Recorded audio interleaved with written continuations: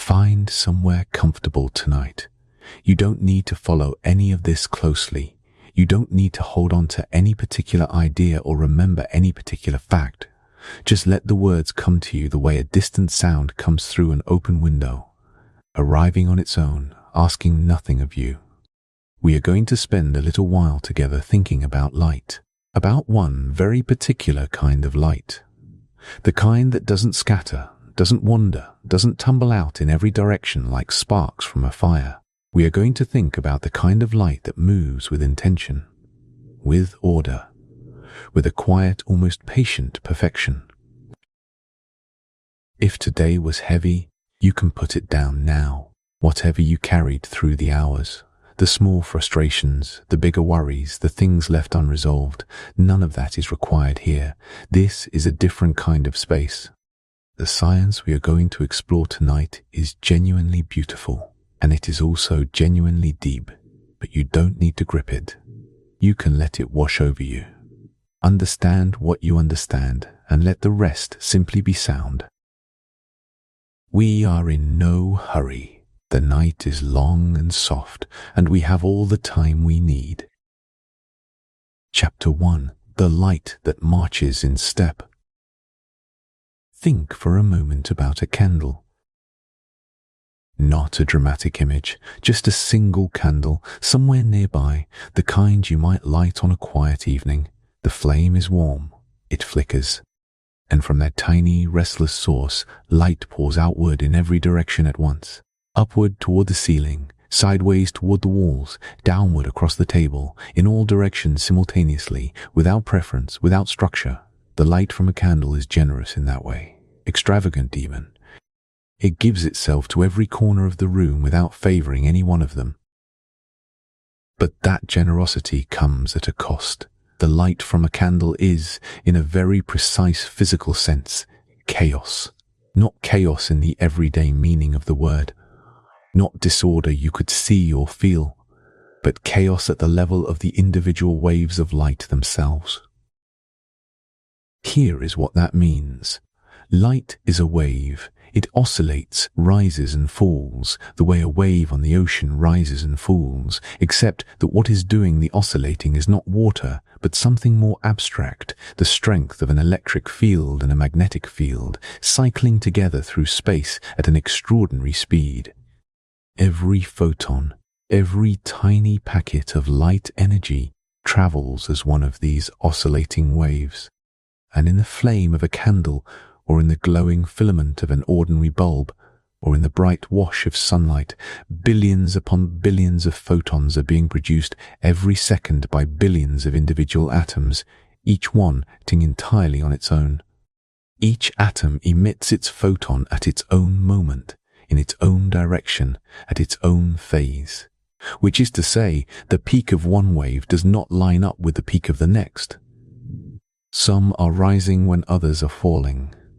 Some are pointing left when others point right. The whole ensemble is a churning, overlapping, beautiful mess of light going everywhere and nowhere in particular. This is what physicists mean when they say ordinary light is incoherent. The word coherent, in this context, doesn't mean sensible or logical. It means something much more specific. It means the waves are marching in step with one another, peaks aligned with peaks, troughs aligned with troughs, direction shared, phase shared. A kind of collective agreement among the photons, a unanimity that ordinary light simply never achieves.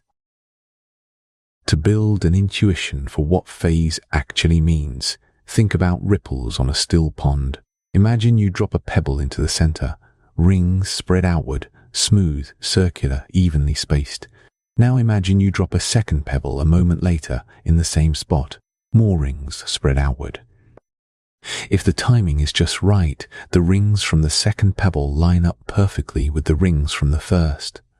Peak meets peak. The two sets of ripples reinforce each other, and the combined wave is taller, stronger, more present than either one alone.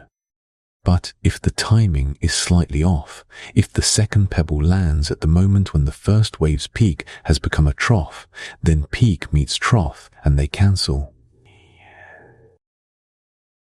In ordinary light, all of these things are happening simultaneously. Some waves reinforce, some cancel, and the net effect is a wash, a broad, diffuse, undirected glow that spreads as it travels, growing weaker with every meter it covers, unable to be focused to a truly sharp point, unable to maintain a single pure color over any useful distance, unable to carry the kind of sustained, organized energy that would let it do precise work in the world. Laser light is different in a way that is not merely a matter of degree. It is different in kind. The word laser is an acronym. It stands for light amplification by stimulated emission of radiation, and each part of that phrase will earn its explanation over the course of the night. But for now, the important thing is what laser light feels like to understand, even before you know how it is made. Laser light is coherent. Spatially coherent, which means that all the way across the width of the beam, every part of the wave is in step. The peaks and troughs are aligned, not just along the direction of travel, but across the full face of the beam, as if a vast flat wavefront were moving through space as a single unit. And temporally coherent, which means the wave maintains its regular, orderly oscillation not just for an instant, but over a long distance, sustaining its phase relationship for centimeters or even meters of travel, long after ordinary light would have dissolved into incoherence. The practical consequence of spatial coherence is focusability. Because all the waves across the beam are in step, they can be brought together by a lens and directed to a point of extraordinary smallness. Smaller than a single living cell, smaller than a bacterium, smaller than the wavelength of light itself in some configurations. The practical consequence of temporal coherence is the ability to interfere with itself over long paths, which is what makes holography possible, what makes precision distance measurement possible, and what makes the extraordinary experiments we will visit later in this night achievable at all. But the deeper question, the one that should feel genuinely strange if you sit with it for a moment, is this: how does any of this happen? The atoms inside a laser are not fundamentally different from the atoms in a candle flame or a light bulb filament. They are the same kinds of particles, governed by the same physics, sitting in a material that is ultimately made of the same protons and electrons as everything else. So what persuades them to give up their independence, to abandon the chaotic individual behavior that is the default for every light source in nature, and instead to emit their photons together in step as if they had agreed on a plan? The answer to that question begins not in a laboratory, but in a quiet thought, arrived at by a man working alone through the mathematics of light and matter in the middle of a world at war. Chapter 2. Einstein's Quiet Prediction. The year 1916 is not remembered for its scientific breakthroughs. The world was 2 years into a conflict of almost incomprehensible scale, and the attention of governments, industries, and most human minds was consumed by it. But in Zurich, and then in Berlin, Albert Einstein was working through a problem that had nothing to do with the war and everything to do with the nature of light itself. He was trying to understand at the deepest level how atoms and light talk to each other. The result of that quiet work was a short paper, elegant, almost understated, that contained a prediction so strange that even Einstein found it difficult to fully accept. It would sit largely unused for nearly 4 decades, and then it would change everything. To understand what Einstein found, you need to understand the situation he was starting from. By 1916, it was already well established that atoms can absorb light and emit light. The mechanism of absorption was reasonably well understood. If you have an atom sitting quietly in its lowest possible energy state, physicists call this the ground state, and a photon of exactly the right energy comes along and strikes it, the atom can absorb that photon. Its energy is not lost, it is taken up by one of the atom's electrons, which uses that energy to jump from a lower energy level to a higher one. The atom is now in what is called an excited state. It has more energy than it did before, stored in the elevated position of that electron. The electron does not stay there indefinitely. It is, in a meaningful sense, uncomfortable at that higher level, the way a ball balanced on a hilltop is uncomfortable. Given the chance, it will fall back down. And when it does, it releases the energy it absorbed in the form of a new photon. The energy of that photon corresponds exactly to the energy gap the electron falls across. A large gap produces a high-energy photon, which means a short wavelength, which means blue or violet or ultraviolet light, while a small gap produces a low-energy photon, a longer wavelength, red or infrared.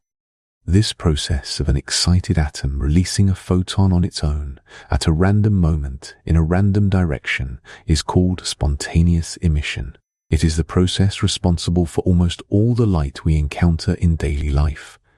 Every photon from a candle, every photon from the sun, every photon from a glowing filament, all of them are born from spontaneous emission.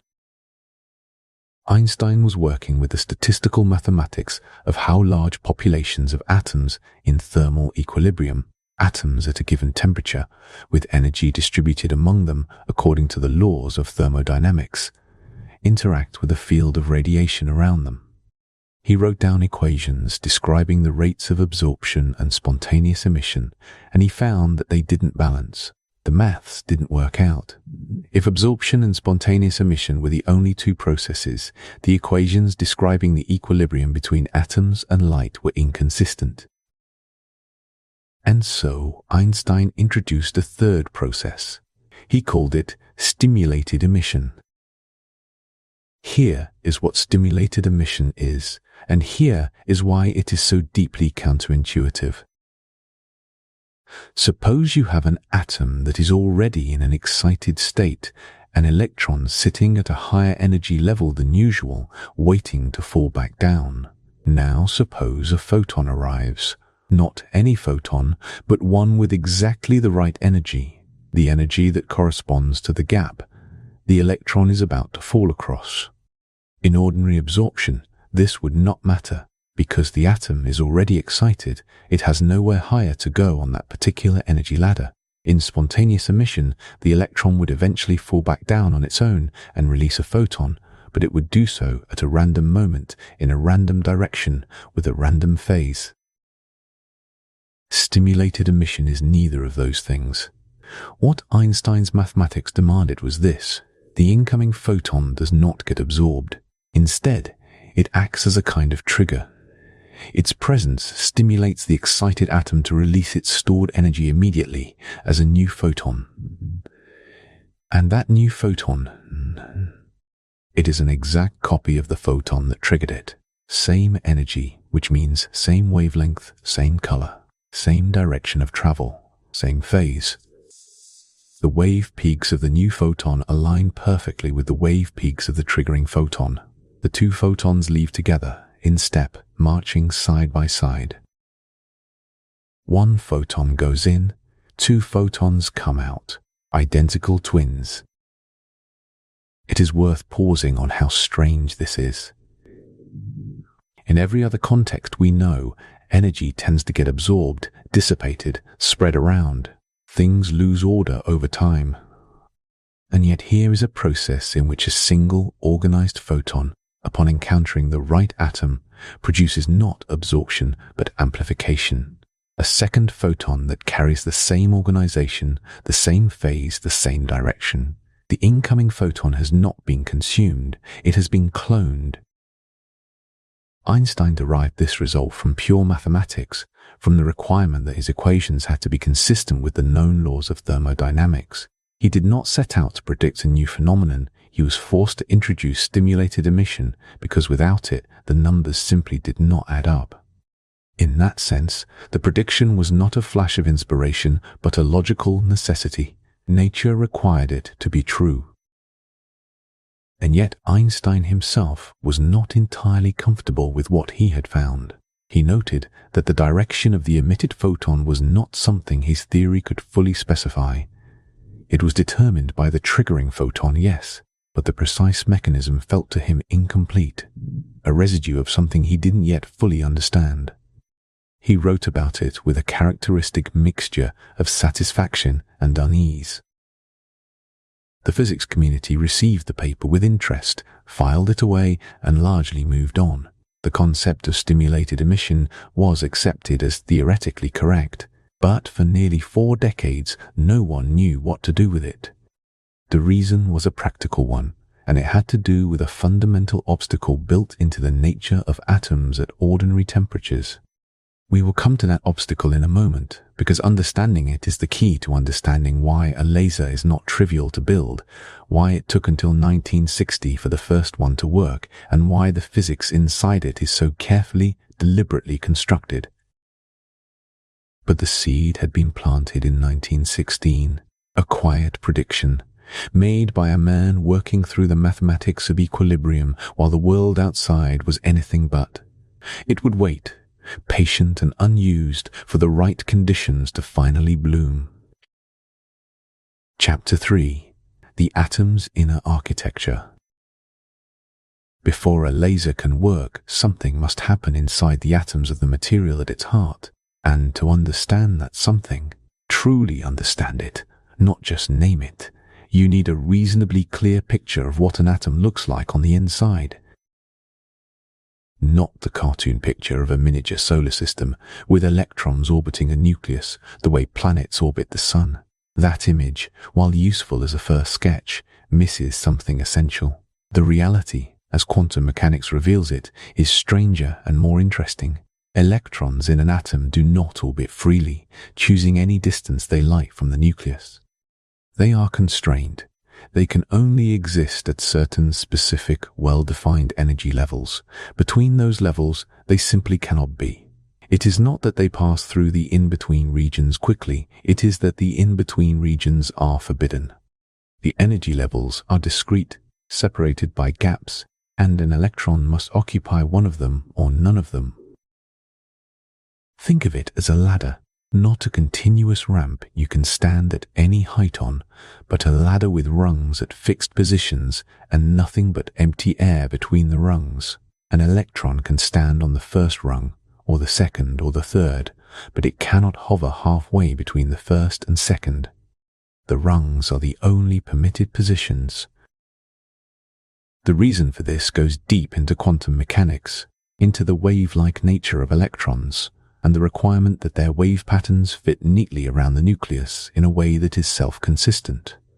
But for our purposes tonight, the key fact is simply that the rungs exist, that they are fixed, and that the gaps between them have precise values measured in units of energy.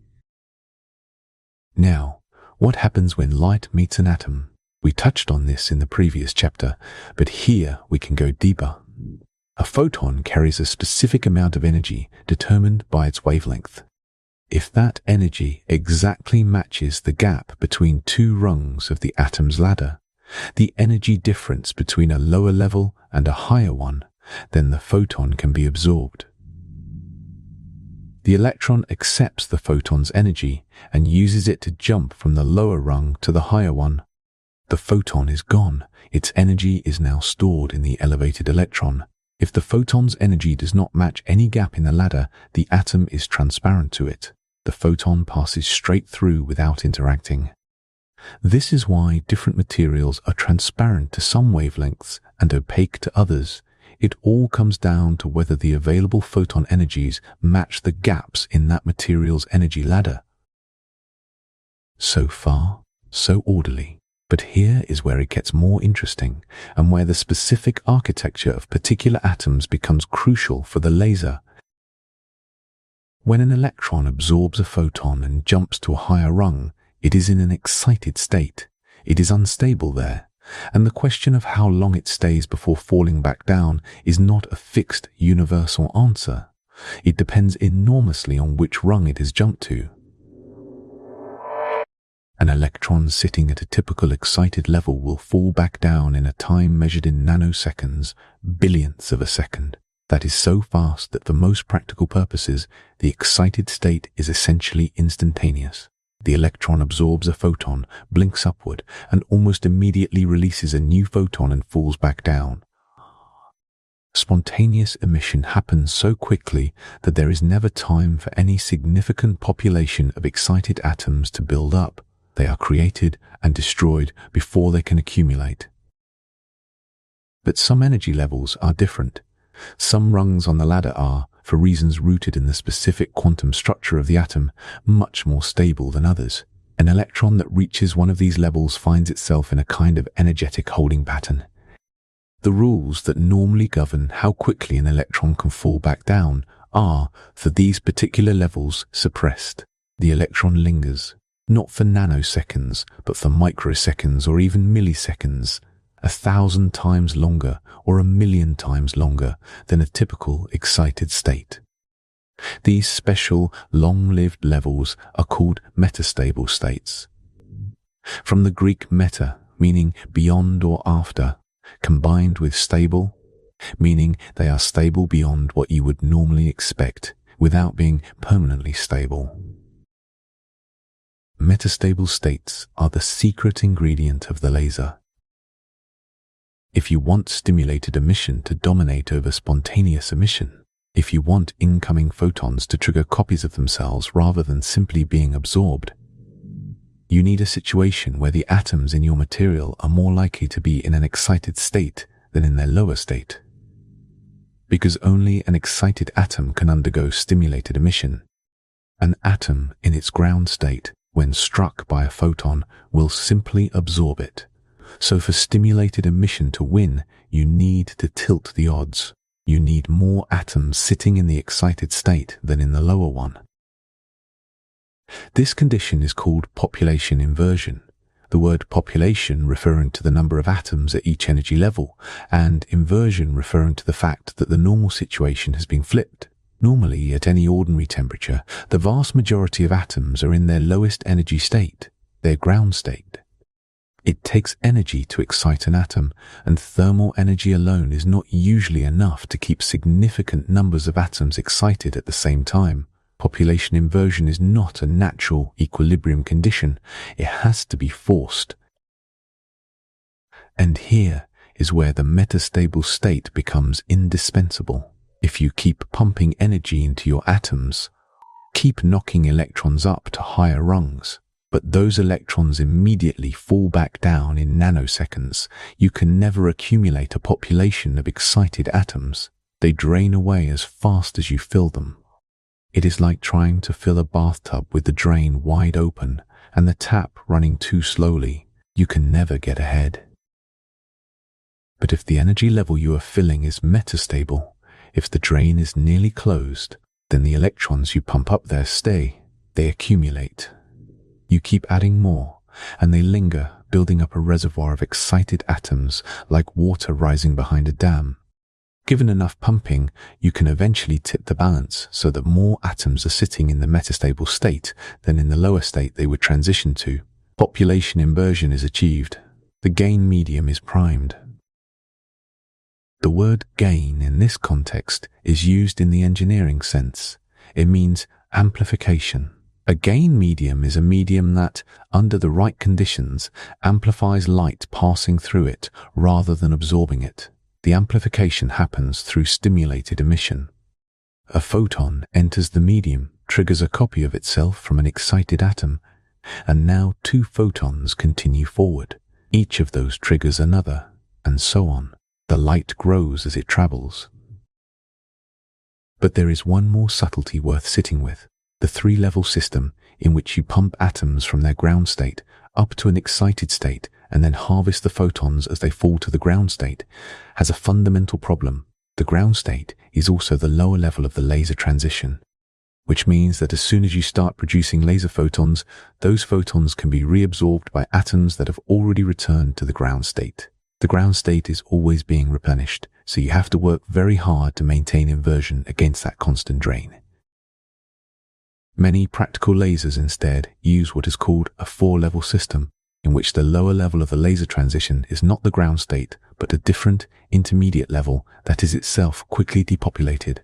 Electrons don't linger there, they fall rapidly from that intermediate level all the way back to the ground state. This means the lower level of the laser transition stays nearly empty, making it much easier to maintain inversion. The neodymium-doped crystal called End-Yag, which we will meet later, is a classic example of a four-level system, and it is one of the reasons it became such a workhorse of the laser world. The architecture of the atom, then, is not background detail, it is the whole story. The specific rungs of the energy ladder, the specific metastable states that allow electrons to accumulate, the specific gaps that determine what wavelength of light will be emitted. All of these are determined by the quantum structure of the gain medium, and the laser physicist's art is partly the art of choosing and engineering that structure to produce the behavior you need. Chapter 4: Population Inversion and the Art of Pumping. On the morning of May 16, 1960, in a low building in Malibu, California, a physicist named Theodore Myman sat at a workbench with a device that most of his colleagues thought could not work. Myman was 36 years old.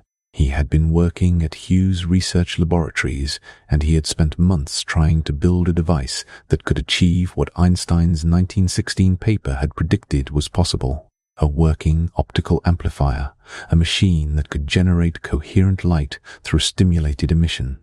The broader scientific community had been circling the problem for years. Charles Townes and his colleagues had already built the maser, which did the same thing but at microwave frequencies. The extension to visible light had been discussed, theorized, published about, but actually making it work was proving harder than the theory suggested, and a number of prominent scientists had published arguments that certain approaches were fundamentally impractical. Myman had chosen synthetic ruby as his gain medium. Ruby is a crystal of aluminium oxide, the mineral corundum, with a small fraction of its aluminium atoms replaced by chromium atoms. It is those chromium atoms that give ruby its characteristic deep red color, and it is those chromium atoms that do the optical work in the laser. The chromium atom has a particularly useful energy level structure. When a chromium atom absorbs green or blue light, its electron jumps to a broad band at excited states. Not a single rung, but a whole range of rungs clustered together. From that broad band, the electron quickly falls, in a matter of nanoseconds, down to a metastable state that sits at a specific, well-defined energy level, and there it lingers. The lifetime of that metastable state in chromium is approximately 3 milliseconds, 3,000ths of a second. In the world of atomic transitions, that is an enormous amount of time. Myman's plan was to use a photographer's flash lamp, a coiled glass tube filled with xenon gas, the kind used for high-intensity photography, wrapped tightly around the ruby rod. When the flash lamp fired, it produced an intense burst of white light across a broad range of wavelengths, including the green and blue wavelengths that chromium atoms are eager to absorb. That burst of light would drive enormous numbers of chromium electrons up into the broad excited band, from which they would rapidly settle into the metastable state, accumulating there like water rising behind a dam. If the flash was intense enough and brief enough, the population of chromium atoms in the metastable state would briefly exceed the population in the lower state. Population inversion would be achieved. And then, if stimulated emission could be triggered before spontaneous emission drained the reservoir away, coherent light would emerge. The device Myman assembled was, by the standards of what came later, almost absurdly simple. The ruby rod was a cylinder about 1 centimeter in diameter and a few centimeters long, polished flat at both ends. The flash lamp was coiled around it. Both were housed inside a small reflective cylinder that directed as much of the flash lamp's light as possible into the ruby. The ends of the ruby rod were coated with reflective material. One end made almost perfectly reflective, the other end made slightly less so, allowing a small fraction of the light inside to escape. On that May morning, Myman connected the flash lamp to its power supply and triggered it. A pulse of red light emerged from the ruby. It was brief. The whole event lasted less than a millisecond, but it was unmistakable. The light was coherent. The first laser had worked. The paper Myman wrote, describing the result, was initially rejected by physical review letters whose editors apparently judged it too similar to previous Marsa papers. It was eventually published in Nature in August 1960, and the announcement, when it reached the wider scientific community, was met with a mixture of excitement and, in some quarters, disbelief. The device that had been called a solution looking for a problem had arrived. Now, the process Myman used, driving atoms into an excited state by flooding them with light, is called optical pumping. The word pumping is apt. You are, in effect, pumping energy into the gain medium, raising atoms from their lower energy state to a higher one against the natural tendency of things to settle to the lowest available state. Optical pumping is one of several strategies that different laser types use, and understanding the others helps reveal how the physics of pumping is always matched to the specific properties of the gain medium. In gas lasers, such as the helium-neon laser developed at Bell Laboratories later in 1960, the pumping mechanism is electrical discharge. A high-voltage electric field is applied across the gas, accelerating free electrons through it. These energetic electrons collide with the gas atoms and transfer energy to them, knocking their electrons up to excited states. In the helium-neon laser specifically, the process is more subtle. The electrical discharge primarily excites the helium atoms, which happen to have a metastable state at almost exactly the same energy as one of neon's excited states. When an excited helium atom collides with a neon atom in its ground state, it transfers its energy to the neon atom with remarkable efficiency. The near-perfect energy match means the transfer is highly probable. The helium acts as an intermediary, an energy broker, efficiently transferring the electrical energy of the discharge into the neon atoms that will eventually produce the laser light. In semiconductor diode lasers, the tiny chips that live inside every smartphone, every Blu-ray player, every optical fiber communication system, the pumping mechanism is the flow of electric current through a carefully engineered junction between two types of semiconductor material. On one side of the junction, the semiconductor has been doped with impurities that give it an excess of electrons. These are called N-type regions, N for negative. On the other side, it has been doped to give it an excess of what are called holes, places where an electron is missing, which behave in many ways like positively charged particles, and these are P-type regions. When current flows across the junction, electrons from the N-type side and holes from the P-type side are pushed together. When an electron meets a hole, it falls into it, filling the gap, and in doing so releases energy as a photon. The energy of that photon, and therefore its wavelength and color, is determined by the size of the energy gap across the junction, which in turn is determined by the choice of semiconductor material and the details of its doping.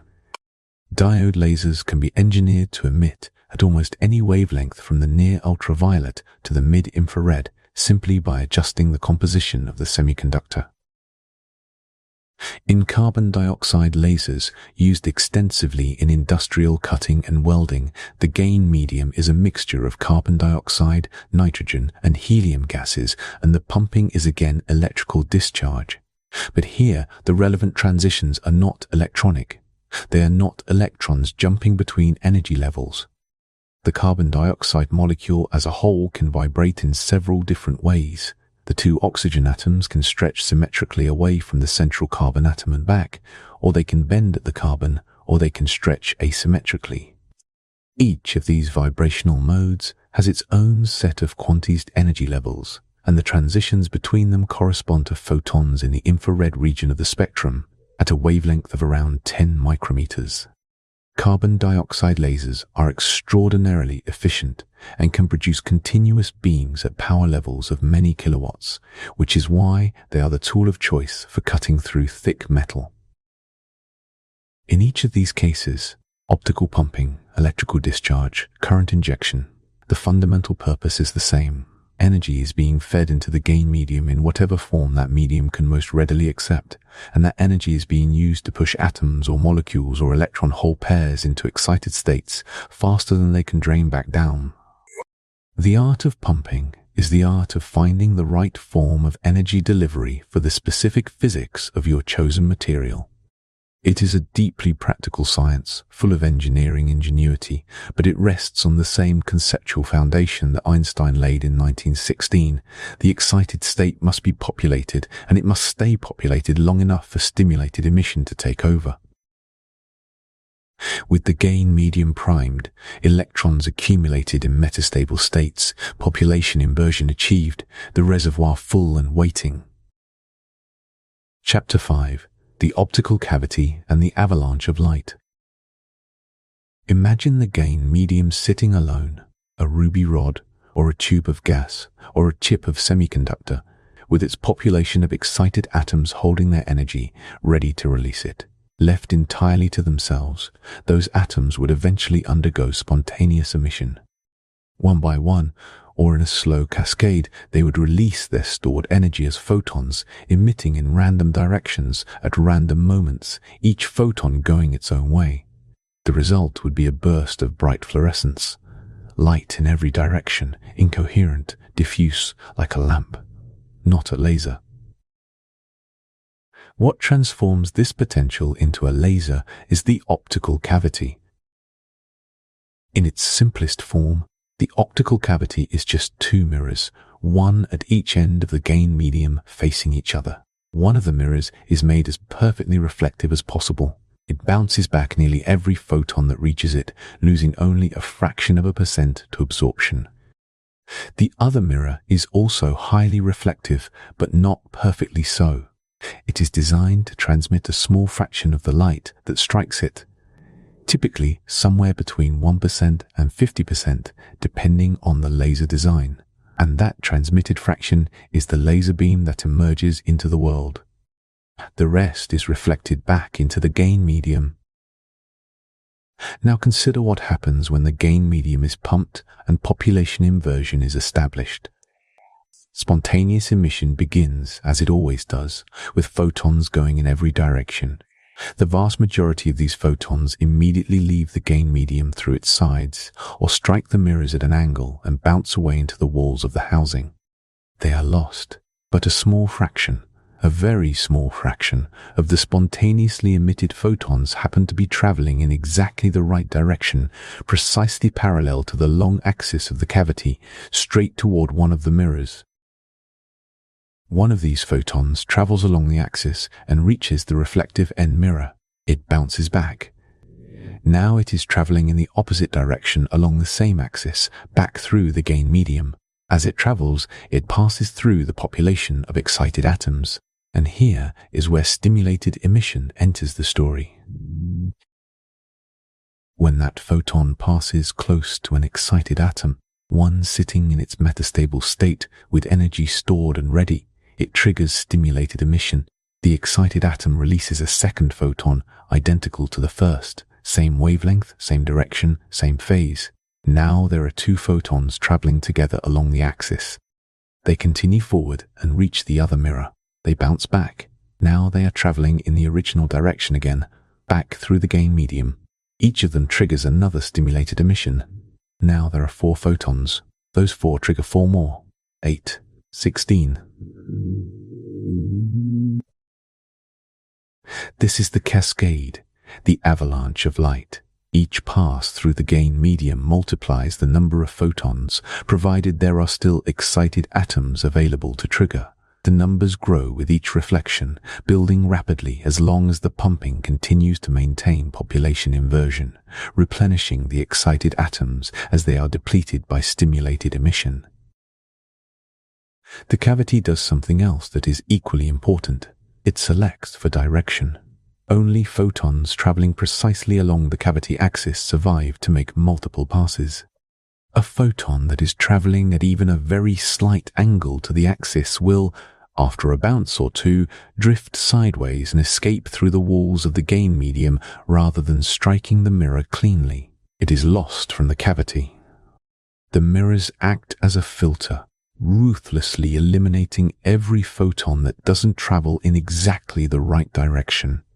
The photons that remain, the ones that survive pass after pass, are precisely those that are traveling parallel to the axis. And because stimulated emission produces photons that travel in the same direction as the triggering photon, every new photon added to the growing cascade inherits that precise directionality. This is why laser beams are so tightly directional. It is not something imposed from outside, it is something selected from within by the geometry of the cavity itself. The cavity acts as a kind of evolutionary pressure, favoring photons that move in a specific direction and eliminating all others. Now, in this growing cascade, there is a competition between two processes, gain and loss. Gain is the amplification provided by stimulated emission. Each pass through the excited gain medium increases the number of photons. Loss is everything that removes photons from the cavity, absorption in the mirrors, scattering at imperfections in the gain medium, and above all, the deliberate transmission through the partially reflective output mirror, which bleeds a fraction of the circulating light out into the world as the useful laser beam. At low pumping levels, before population inversion is firmly established, the losses outweigh the gain. The cascade cannot sustain itself. Any photons bouncing between the mirrors are more likely to be lost than to be replaced by stimulated emission. The system produces nothing useful, just a faint, incoherent glow. But as the pumping is increased, the population inversion grows, and with it, the rate of stimulated emission per pass through the medium.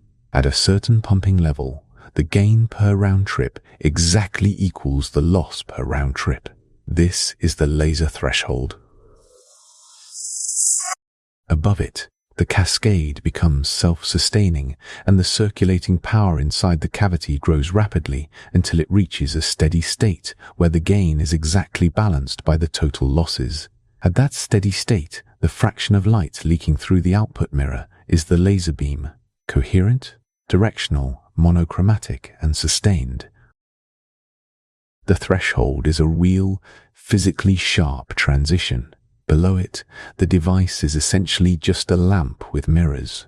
Above it, it is a laser.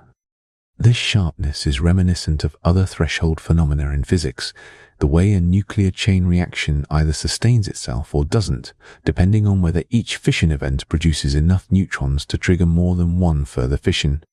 The laser threshold is the optical equivalent, the moment at which each photon, on average, produces more than one descendant before being lost. There is also a subtlety in the frequency of the light that the cavity selects. The two mirrors, facing each other at a fixed separation, form what is called a resonant cavity, a space in which only certain wavelengths of light can form stable standing waves. A standing wave is a wave pattern that fits neatly between the two mirrors, with a whole number of half wavelengths spanning the cavity length. Wavelengths that don't fit this criterion tend to interfere destructively with themselves after multiple reflections and are suppressed. The cavity therefore selects not just a direction, but a specific set of wavelengths, called longitudinal modes, that are compatible with its geometry. In many laser designs, additional elements inside the cavity are used to select a single mode, producing light that is not just nearly monochromatic, but as close to a single, pure frequency as physics allows. The optical cavity, then, is not merely a container. It is an active participant in the physics of the laser, selecting direction, selecting frequency, providing the feedback that allows the cascade to grow, and metering out the output through its partially reflective window. Without it, stimulated emission would produce nothing more organized than a bright flash. With it, the chaos of individual atomic emissions is transformed, pass by pass, bounce by bounce, into the most ordered form of light that nature permits. Chapter 6. From ruby red to every color, the diversity of lasers. Maimann's ruby laser was a beginning, not an end. In the months and years that followed 1960, the scientific community, suddenly electrified by the demonstration that coherent light was achievable, set to work exploring every possible gain medium they could think of. The result, over the following decades was a proliferation of laser types so diverse that the word laser now describes not one device, but an entire family of devices, ranging in size from a grain of sand to a building, in power from the fraction of a milliwatt needed to read a barcode to the petawatt pulses. The key to understanding this diversity is the principle we established earlier. The wavelength of a laser's output is determined by the energy gap across which stimulated emission occurs in the gain medium. Different materials have different energy level structures. Different energy gaps produce different photon energies. Different photon energies mean different wavelengths. Choose your material, and you choose your color. The helium neon laser, first demonstrated at Bell Laboratories in December 1960 by Ali Javan, William Bennett Jr., and Donald Heriot, became one of the most familiar lasers of the 20th century. Its gain medium is a mixture of helium and neon gases, and, as we described in the previous chapter, the helium serves primarily as an energy intermediary, transferring the energy of the electrical discharge efficiently into the neon atoms. The neon atoms then undergo stimulated emission across a transition that produces photons at a wavelength of 632.8 nanometers, a warm, vivid red. Helium neon lasers are stable, continuous, and produce a very clean, coherent beam, which made them ideal for early holography research, for supermarket barcode scanners, and for the alignment of construction equipment. They are also extraordinarily long-lived. A well-made helium neon tube can run continuously for tens of thousands of hours. The argon ion laser produces light at a very different set of wavelengths. Here, the gain medium is ionized, argon atoms that have each lost 1 or 2 electrons, giving them a different energy level structure from neutral argon. The relevant transitions in singly ionized argon produce photons at wavelengths of 488 nanometers and 514 nanometers. Argon ion lasers were widely used in scientific research, in ophthalmology for treating certain retinal conditions, and in the early days of laser light shows. They are, however, electrically inefficient. They require large amounts of power to maintain the ionized gas discharge, and they have largely been supplanted in many applications by more efficient alternatives. The carbon dioxide laser, as mentioned earlier, operates on vibrational transitions of the carbon dioxide molecule rather than electronic transitions of atoms.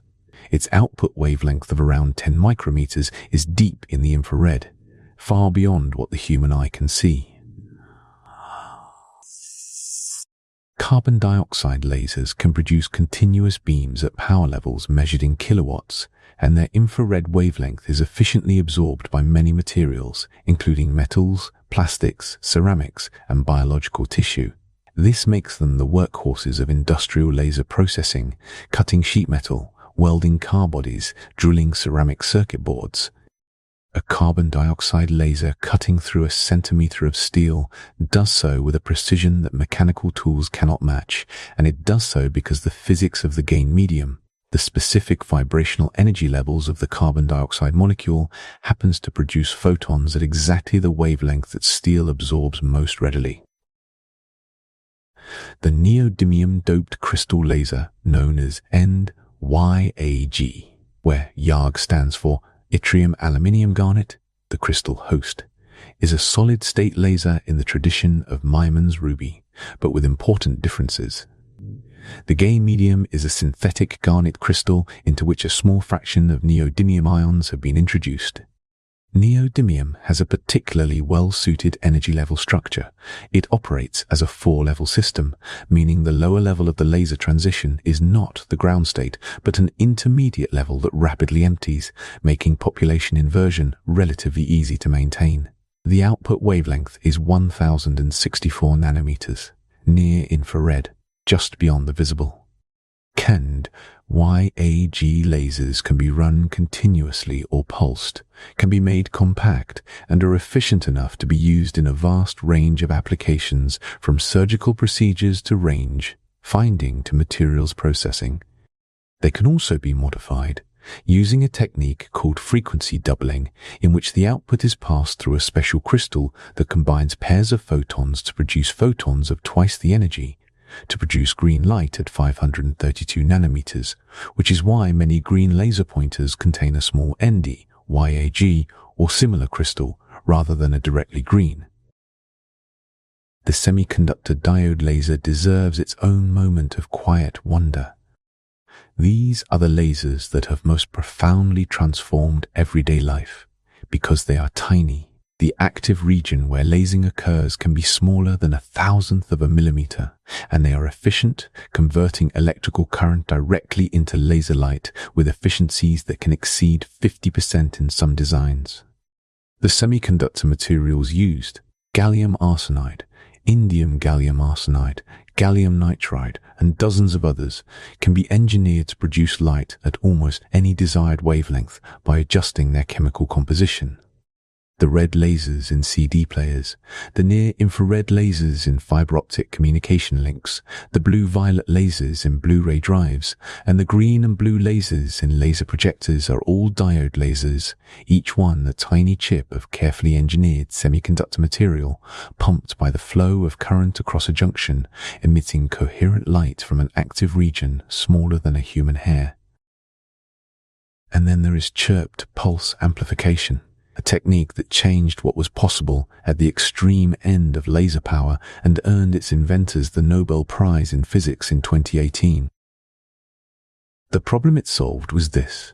By the 1980s, physicists wanted to build lasers of extraordinary peak power, not sustained power, but the instantaneous power of an extremely short pulse. A pulse that lasts for a femtosecond, a millionth of a billionth of a second, can carry a relatively modest total energy, but because that energy is delivered in such a brief instant, its peak power can be enormous. The difficulty was that as you tried to amplify such a pulse, the intensities inside the amplifier became so high that they would damage or destroy the optical components. The laser would burn itself up before the pulse could be fully amplified. The solution, conceived by Donna Strickland and Gerard Moreau, was elegant in its indirectness. Before amplifying the pulse, you stretch it in time. You do this by sending it through a carefully arranged pair of diffraction gratings, surfaces ruled with fine parallel grooves that separate light by wavelength, which spread out the different frequency components of the pulse so that they arrive at different times. The short pulse, which contains a range of frequencies, is transformed into a much longer pulse, perhaps 1,000 times longer, in which the different frequencies are spread out in a chirp, the lower frequencies arriving first, the higher frequencies arriving later, like a musical glissando slowed down and stretched across time. This stretched pulse has a much lower peak intensity than the original, so it can be amplified safely through the gain medium without damaging anything. Once amplified, the pulse is sent through another pair of gratings that reverse the stretching, compressing the different frequencies back together in time. The result is a pulse with the amplified energy, but the original short duration and therefore an extraordinary peak power. The technique is called chirped pulse amplification, the chirp referring to that frequency sweep across the stretched pulse. With chirped pulse amplification, laser pulses reaching peak powers of petawatts, 1,000,000 billion watts, have been achieved in research facilities. To put that in some perspective, a petawatt is roughly 1,000 times the total continuous electrical power generation capacity of the entire planet, delivered in a pulse lasting a few tens of femtoseconds. The average power is modest. It is the concentration in time that is extraordinary. These pulses are used to study the physics of matter under extreme conditions, to explore the fundamental interactions of light and electrons at intensities never before achieved, and in experiments aimed at driving nuclear fusion with laser beams. The diversity of lasers, then, is not superficial variety. Each laser type is a solution to a specific physical problem: how to find a gain medium with the right energy level structure, how to pump it efficiently, how to build a cavity suited to its properties, and how to extract the coherent light in the form most useful for the intended application. The family of lasers is, in this sense, a family of physical arguments, each one a different answer to the same deep question that Einstein first raised in 1916. Chapter 7. What coherent light can do. The laser was called, in its early years, a solution looking for a problem. It is one of the more spectacularly wrong predictions in the history of technology. Within a generation, coherent light had found its way into surgery, manufacturing, communication, fundamental science, and the measurement of the universe itself. And in each of these domains, it found its way not by accident, but because the specific physical properties of laser light, its coherence, its directionality, its monochromaticity, turned out to be exactly what certain problems required.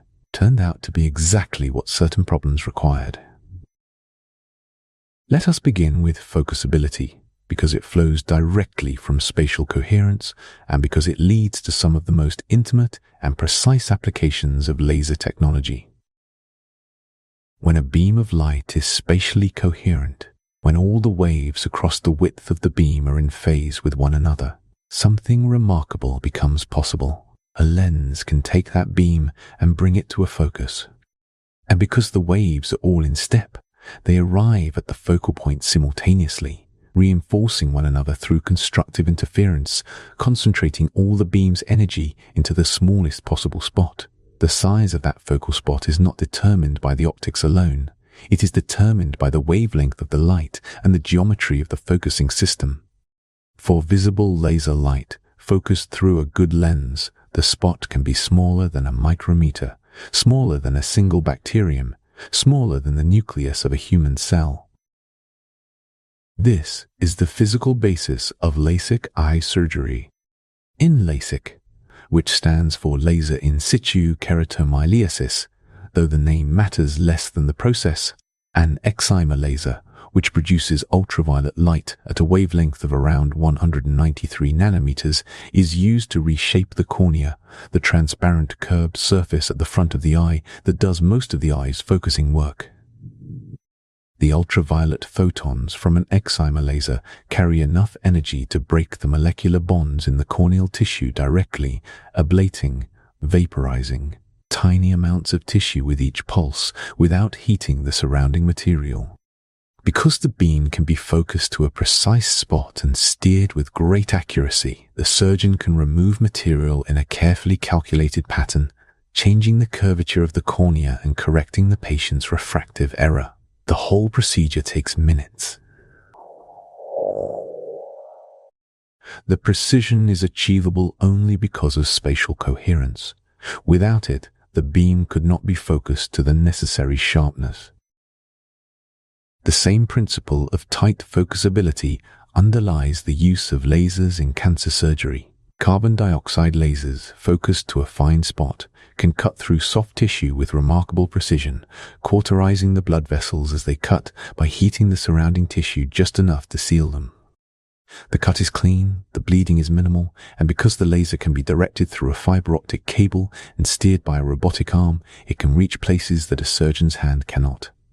More recently, ultra-short pulse lasers have been used to make cuts so fast, each pulse lasting femtoseconds, that the surrounding tissue has no time to heat up at all. The material at the focal point is removed by a process called plasma-mediated ablation, in which the intensity of the pulse is so high that it ionizes the tissue directly, creating a tiny plasma that expands and removes material without thermal damage to the surroundings. Now turn from spatial coherence to temporal coherence, because that property opens a different set of doors. Temporal coherence means that the wave maintains its regular, predictable phase relationship over time and distance. A perfectly temporally coherent wave would maintain its phase forever over any distance. Real lasers fall short of this ideal, but they come far closer than any other light source. A good helium-neon laser maintains its phase relationship over a coherence length, the distance over which the phase remains predictable, of several hundred meters. An ordinary lamp has a coherence length of less than a millimeter. This extended coherence length is what makes holography possible.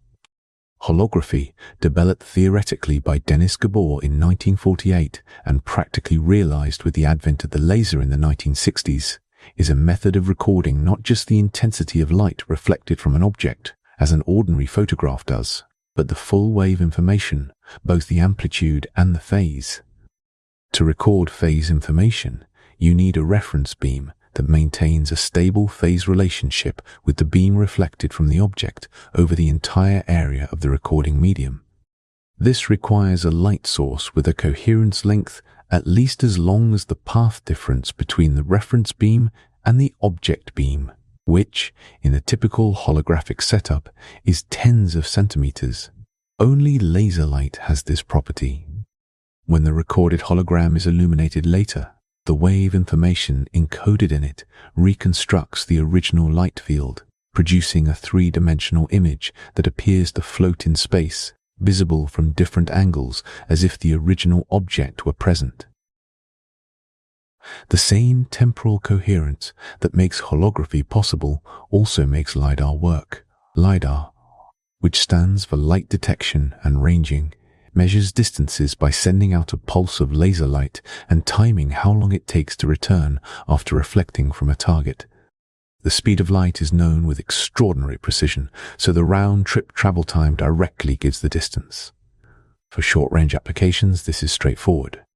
But for the most precise measurements, where you want to resolve distances to within a fraction of a wavelength of light, you use a technique called interferometry, in which the reflected beam is combined with a reference beam and the interference pattern between them encodes the distance information with nanometer-scale resolution. The most celebrated application of laser ranging is the measurement of the distance from the Earth to the Moon. During the Apollo 11 mission in 1969, astronauts placed a device called a retroreflector on the lunar surface, an array of corner cube prisms, each of which reflects light directly back in the direction it came from, regardless of the angle of incidence. Since then, observatories on Earth have been sending brief pulses of laser light at the Moon and measuring the time for the reflected pulse to return. The round trip takes approximately 2.5 seconds. The Moon is roughly 384,000 kilometers away. But the measurement is not merely approximate. By averaging many pulses and using the coherence properties of the laser light to refine the timing, the Earth-Moon distance can be measured to within a few centimeters. The Moon, it turns out, is slowly receding from the Earth at a rate of about 3.8 centimeters per year, a consequence of tidal interactions between the two bodies, and this drift has been directly measured and tracked over decades of laser ranging. Without coherent light, this measurement would be impossible. And then there is laser cooling, perhaps the most counterintuitive application of laser light, and one that reveals something deep about the relationship between light and matter. When you shine a laser on a gas of atoms, you might expect the atoms to heat up. Light carries energy, and energy delivered to atoms tends to increase their motion. But if the laser is tuned very carefully, if its frequency is chosen to be just slightly below the natural absorption frequency of the atoms, something different happens. An atom moving toward the laser source sees the light slightly blue shifted due to the Doppler effect, the same effect that raises the pitch of an approaching ambulance's siren. The slight blue shift brings the laser's frequency closer to the atom's natural absorption frequency, making the atom more likely to absorb a photon. When it absorbs a photon, it receives a tiny kick in the direction the photon was traveling, opposite to the atom's direction of motion. The atom then re-emits a photon through spontaneous emission, but in a random direction, so the recoil from that emission averages out to zero over many events. The net effect is that atoms moving toward the laser are preferentially slowed, while atoms moving away are less likely to absorb. By arranging 6 laser beams along 3 perpendicular axes, 2 beams from each direction, you can slow atoms moving in any direction. The configuration is called optical molasses because the atoms move through the laser light as if through a thick, resistant fluid. The temperatures achievable through laser cooling are extraordinary. Atoms can be cooled to temperatures of a few millionths of a degree above absolute zero, colder than the emptiest regions of interstellar space. At these temperatures, the atoms are moving so slowly that their quantum mechanical wave nature becomes dominant. They can be trapped in place, manipulated individually, used to build the most precise atomic clocks ever constructed, or used as the basis for quantum computing experiments. The Nobel Prize in Physics in 1997 was awarded for the development of laser cooling and trapping, recognizing a technique that has since become fundamental to the most precise measurements in all of science. Coherent light, then, is not merely bright or focused or pure. Its coherence, the alignment of its waves in space and time, is a physical resource that can be put to work in ways that incoherent light simply cannot achieve. Every application we have explored tonight is, at its core, a consequence of that alignment, of waves that march in step, that reinforce rather than cancel, that maintain their order over distance and time. The laser is, in the end, a machine for producing order from the quantum chaos of atomic emission. And that brings us, gently, to the final place the night takes us. Chapter 8. Coherence, rest, and the quiet order of things. There is a quality that runs through everything we have explored tonight, a thread that connects the physics of the laser to something much closer to home. That quality is coherence, and it is worth sitting with that word one more time, not as a technical term, but as an idea. Coherence is what happens when many individual things, each capable of acting independently and at random, instead find a common rhythm. In the laser, it is photons aligning their phases, their directions, their energies, building from the scattered noise of spontaneous emission into the ordered, sustained beam. The individual atoms don't know they are participating in something organized. They simply respond to the physics of their situation, the pumping that fills their excited states, the photons that trigger their emission, the mirrors that select the direction. The order emerges from the conditions, not from any intention. The brain does something similar, and in the hours of deep sleep, it does something that bears a striking resemblance to what happens inside a laser cavity. During the waking hours, and you will know this feeling, if today was a full one, the brain is in a state of high activity.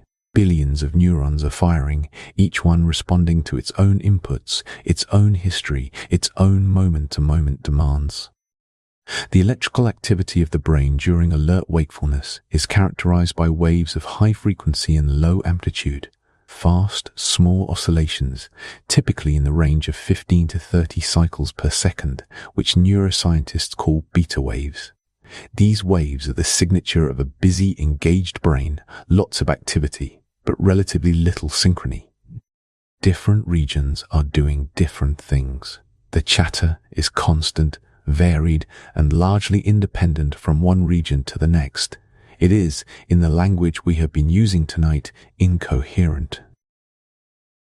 As you relax, as the demands of the day loosen their grip and your mind begins to soften, the pattern changes. The frequency of the dominant brain waves decreases. Alpha waves emerge, oscillating at roughly 8 to 12 cycles per second. Alpha is the rhythm of relaxed wakefulness, of quiet alertness, of the mind at rest, but not yet asleep. If you are listening to these words with your eyes closed, feeling the weight of the day beginning to lift, this may be close to where your brain is now. The chatter is becoming a murmur. The regions of the brain are beginning, slowly, to move toward a more shared rhythm. As sleep deepens further, the frequency drops again. Theta waves, at 4 to 8 cycles per second, characterize the lighter stages of sleep, the drifting, half-aware state where thoughts begin to lose their edges and images arise without effort. And then, in the deepest stages of restorative sleep, the brain settles into delta waves. Delta oscillations move at less than 4 cycles per second, slow, vast, sweeping rhythms that synchronize large populations of neurons across wide regions of the cortex. The amplitude of delta waves is high. Many neurons are firing together, in phase, their electrical activity summing into a signal of considerable strength. It is the opposite of the busy, fragmented chatter of wakefulness. It is, in a real and measurable sense, coherent. The parallel with the laser is not merely poetic. In both systems, coherence emerges from a transition, a threshold crossed when the conditions are right. In the laser, the threshold is the point at which gain overtakes loss, and the cascade of stimulated emission becomes self-sustaining. Below the threshold, scattered noise. Above it, order. In the sleeping brain, the transition is less sharp but equally real. The slow withdrawal of the arousal systems that keep the waking brain in its fragmented, high-frequency state, and the gradual emergence of the slower, synchronized rhythms generated by the thalamus, a deep brain structure that acts, in sleep, something like the optical cavity of a laser, providing the rhythmic feedback that allows the cortex to settle into its coherent oscillation. The thalamus, during deep sleep, generates slow, rhythmic pulses that are broadcast to the cortex. The cortex responds, and its response feeds back to the thalamus, which incorporates that feedback and generates the next pulse. The system is self-reinforcing, the way the laser cavity is self-reinforcing: feedback, amplification, selection of a shared rhythm, convergence toward coherence. Large populations of neurons that were moments ago each doing their own thing are now firing together in a slow, organized wave that rolls across the brain like a tide. This deep synchrony is not merely a passive side effect of sleep, it is the mechanism of restoration. During slow-wave sleep, the technical name for the deepest stage, defined by the presence of delta oscillations, the brain does the work that waking cannot. Metabolic waste products that accumulate in the brain during the day are cleared through a system of channels in the brain tissue that appears to be most active during sleep. The memories of the day are processed and consolidated, important ones strengthened, unimportant ones allowed to fade. The immune system is supported. Growth hormone is released in pulses timed to the slow oscillations of deep sleep. None of this work is possible in the scattered, fragmented state of waking. It requires the coherence. It requires the synchrony.